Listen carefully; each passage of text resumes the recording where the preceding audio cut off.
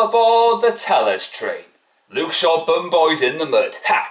And the smugness will continue throughout this video. We have beaten Istanbul by 4-1 at Old Trafford. I bet all he's not complaining about the fans now, eh? He always looks for an excuse in. It's like Paul Pogba, isn't he? Always the victim, never his fault.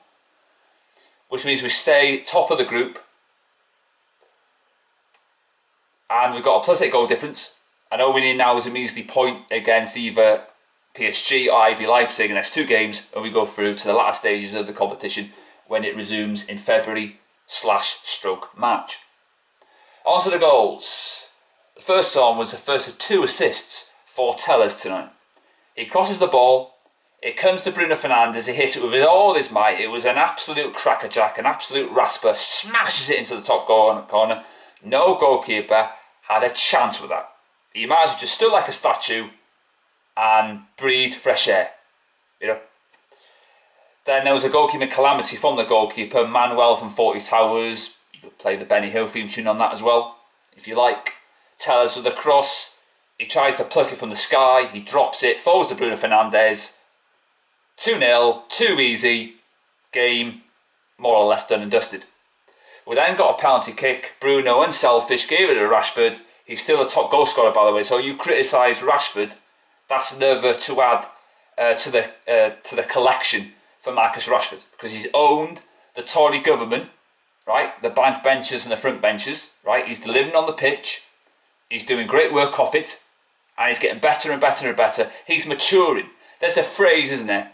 He is an old head on young shoulders, and that's the perfect example to describe Marcus Rashford, because he is doing it. And all credit to him. He deserves a lot of credit because he is a down-to-earth guy, and he really, really is blossoming as a young player and a young person, and that is fantastic to see.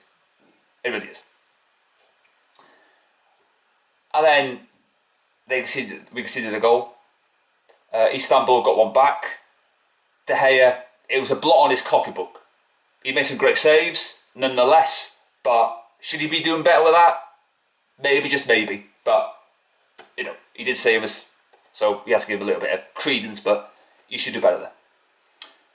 And then Dan James comes off the bench, we go on the attack and we scored the 4th. I'm so happy for Dan James. I'm bubbling with excitement because I think some of the criticism he's had has been disgusting, actually, below the belt. We all know where it's coming from. It's funny, isn't it, how the likes of the Paul Pogba fanboys and the Martial fanboys who won't listen to reason, you know, who always throw the toys at the pram when Pogba gets criticised, they're happy to criticise the likes of Dan James. What did Martial do tonight? Martial has been absolute dog muck for the entire season. He was one of the reasons we lost against Spurs, right? He is the reason we lost against Sevilla when he missed sitter after sitter after sitter. That was Aubameyang, Harry Kane, Aguero. 9 times out of 10 they score. Martial just flattered to deceive. I don't see us winning the league title under Martial. I don't think so. You know, people should remind him and Paul Pogba, by the way, his busy mate from the French team. Playing for Man United is a privilege and not a chore. If they don't want to play for Manchester United Football Club and they think the grass is greener elsewhere, then you toddle off and go. I'll celebrate. I'll be dancing in the street. I'll mark your exit. I'll get the button out and celebrate. They just haven't been good enough for Manchester United. And I would get rid of them both. Pogba in January. I said before, Pogba, he needs to get the Mesut Ozil treatment. We need to make an example of Paul Pogba like Unai Emery and Arteta did with Ozil.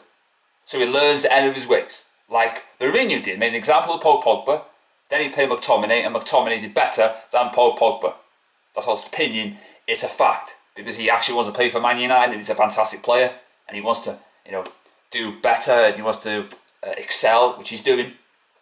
You know, and Pogba doesn't care about this club. He just go out, just get out of the club. You know what I mean? He's poison, he's toxic, yeah. He's poison, he's toxic. Mourinho was right about him, he's a virus. Ban on the money about him.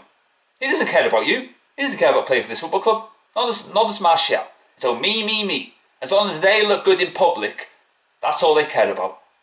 Absolutely ridiculous. And all the problems that Martial and Pogba have been of their own making. Nobody but themselves. And you can say that they've had criticism unfairly. They're the most protected players at Man United. And don't you dare forget it. If we're going to win the league again, we need to get rid of those, turf them out of the club, get rid of them, and get a different mentality as well.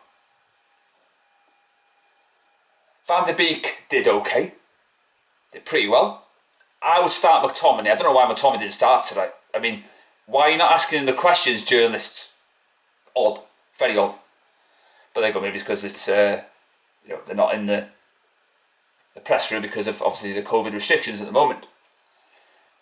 So, overall, I thought Cavani was superb again. So, I'm okay. I'm happy with that. Happy with that. A few things that could have, could be done by.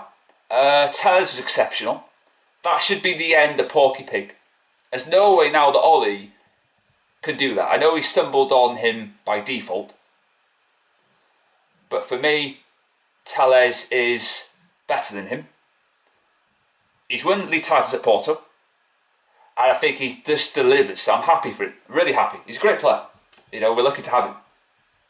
So that's good on that point of view. So yeah, I'll be back after, I'll do a preview actually for the Southampton game. That'll be tough. Thanks for watching, and I'll see you for that in the coming days.